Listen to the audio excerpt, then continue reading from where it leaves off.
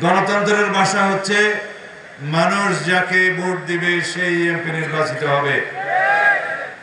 PR এর ভাষা হচ্ছে মার্কার মধ্যে ভোট দিবে, কে এমপি হবে জানে না। সেই পিআর তো বাংলাদেশের মানুষ গ্রহণ করে নাই। কেউ কেউ এই পিআর পিআর বলে এখনো গলা ফাটাচ্ছে। উদ্দেশ্য কিন্তু পিআর না, উদ্দেশ্য হচ্ছে পিআর পিআর করে যদি কিছু পায়। যাই হোক, আমরা আলাপ আলোচনা করব। যে সমস্ত ভাইয়েরা, যে সমস্ত রাজনৈতিক দলেরা পিআর পিআর করে আপনারা হয়রান পেরেশান হয়ে যাচ্ছেন, আসুন আলাপ আলোচনা করি। আপনাদের কি দাবি দেওয়া আছে সে সমস্ত আমরা শুনবো এবং আমরা গণতন্ত্রকে প্রতিষ্ঠা করব। অধিকার আদায়ের জন্য, কথা বলার জন্য, সমাবেশের অধিকারের জন্য, এই মানুষের কথা বলার অধিকার প্রতিষ্ঠার জন্য আমরা সংগ্রাম করেছি, রক্ত দিয়েছে।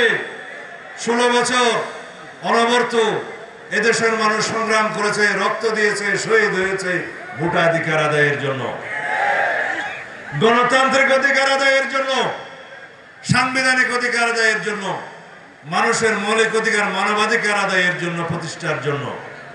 সুতরাং সেই সমস্ত অধিকার প্রতিষ্ঠিত হবে ভোটের অধিকার প্রয়োগের মধ্য দিয়ে।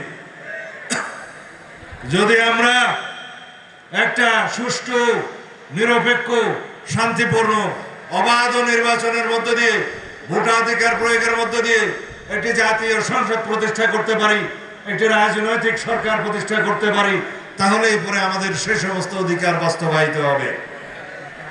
সুতরাং যারা চায় বাংলাদেশে নির্বাচনের মধ্য দিয়ে অতি অবশ্যই পৃথিবীর মধ্যে একটা নজির স্থাপনকারী নির্বাচন হবে, এটা ইনশাআল্লাহ সুষ্ঠু, সুন্দর, নিরপেক্ষ নির্বাচন হবে।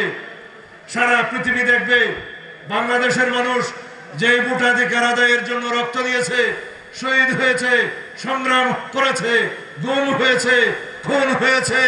এদেশের মানুষ অধিকার আদায়ের জন্য যারা অন্ধত্ব বরণ করেছে, পঙ্গুত্ব বরণ করেছে, হেলিকপ্টার থেকে যারা গুলি খেয়েছে, সেই দেশের মানুষকে এই গণতান্ত্রিক অধিকার প্রয়োগ করতে দিতেই হবে।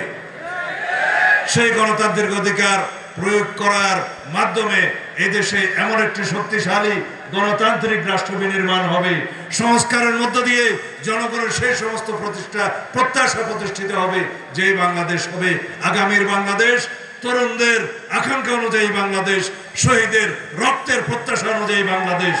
সেই প্রত্যাশা হবে, সামনের ভিত্তিতে এই দেশ বাংলাদেশ হবে। সেই প্রত্যাশা অনুযায়ী, সেই জনপ্রত্যাশা অনুযায়ী, শহীদের অঙ্গীকার অনুযায়ী এই দেশ হবে বৈষম্যহীন সমাজ ব্যবস্থার বাংলাদেশ।